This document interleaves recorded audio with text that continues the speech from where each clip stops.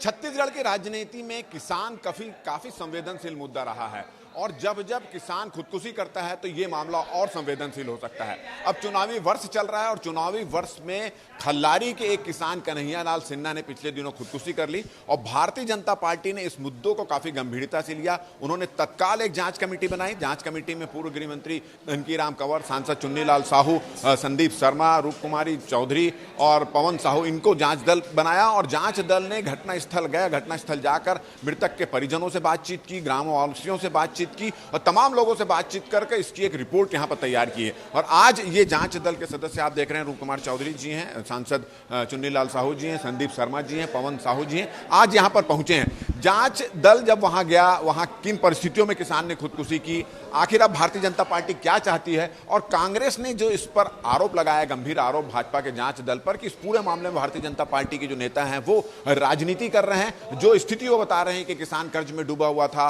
और किसान संपन्न नहीं था, परेशान था, ऐसी कोई बात नहीं है। तो इन सब मामलों पर हम चर्चा करने के लिए खबर बेबाक में हम चर्चा करेंगे, जो IBC 24 का न्यूज यूट्यूब चैनल है उस पर हम चर्चा कर रहे हैं। तो संदीप शर्मा जी, आप वहां पर गए, जिस तरह से बात सामने में आई कि किसान खुद ने कर्ज के कारण खुदकुशी की, फसल बर्बाद हुई थी, क्या स्थिति आपको नजर आई? परिवार वाले क्या बताया वहां? नहीं, उसके परिवार के ऊपर सन 2019 के बाद में कर्ज है। उसने एक्सिस बैंक से कर्ज लिया है। इसके अलावा उसने लोकल व्यक्ति से, किसी यादव से भी एक कर्जा लिया 2.5 लाख रुपया का। हमको जानकारी ये मिली है कि उसके पास किसी दुकान में भी कर्ज है। कुल मिलाकर के कर्जों का जब हमने हिसाब किया तो 8 लाख से ऊपर का कर्जा उस किसान का है और इसके मृत्यु का कारण है कर्जा ही। उसने अपने सुसाइड नोट में लिखा है कि मेरे पास पैसे नहीं है, मैं दाने दाने के लिए मोहताज हूँ, एक एक पैसे के लिए मोहताज हूँ। ये उसने उसमें लिखा अपनी चिट्ठी में कि मैं पूरी तरह से आर्थिक रूप से जो है संकट में हूँ। ये बताइए कि आप लोग बोल रहे हैं कि किसान कर्ज में था, परेशान था, परिवार परेशान था, फसल दो फसल उसकी बर्बाद हो चुकी थी। कांग्रेस बोल रहे हैं सारे आरोप झूठे हैं, ऐसा कुछ नहीं था, किसान संपन्न था, किसी प्रकार का कोई कर्ज नहीं। इस पर क्या कहना है?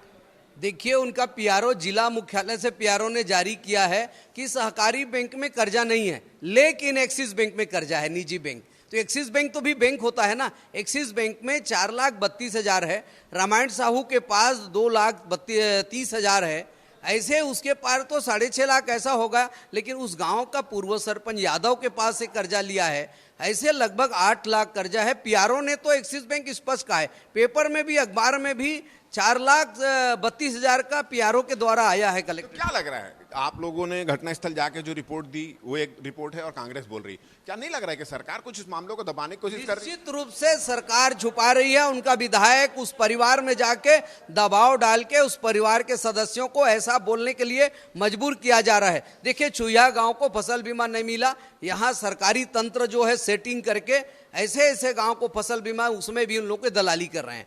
आप वहां गई थी, उनके परिवार से मिली, उनके बीवी बच्चों से भी मिली होगी। अभी आर्थिक स्थिति कैसी है?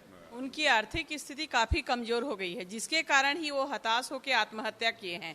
रही इस बात, कांग्रेस जो आरोप लगा रही है ना कि वो कर्ज से परेशान नहीं था, उसने अपने सुसाइड नोट में लिखा है। इससे बड़ा प्रमाण और क्या हो सकता है? तो आपने सुना कि ये जांच दल जो देख के आया था, उस स्थिति के बारे में अवगत कराया। भारतीय जनता पार्टी किसान मोर्चा क्या प्रदेश अध्यक्ष है, अब किसान के इस जो मरा है किसान, उसको लेकर और किसानों की जो स्थिति है उसको लेकर भारतीय जनता पार्टी क्या एक्शन लेगा? देखिए, हम 7 तारीख को वैसे भी इस किसान को हम जितना मदद कर सकें, वैसे भी मरमाहित होने वाली घटना है। इसमें हम कोई राजनीति कर रहे हैं ऐसा नहीं है।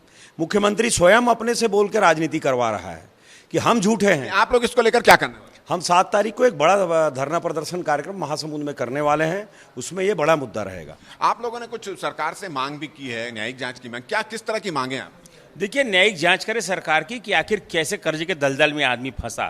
सरकार कहती है उसके पास कर्जा नहीं है, जबकि वहां पर दिखता कर्जा है। सरकार इस बात की भी जांच करे कि उसको वहां पर फसल बीमा क्यों नहीं मिला, जबकि उसकी फसल पूरी तरह से भूरा माह में बर्बाद हुआ और लो वोल्टेज में बर्बाद हुआ।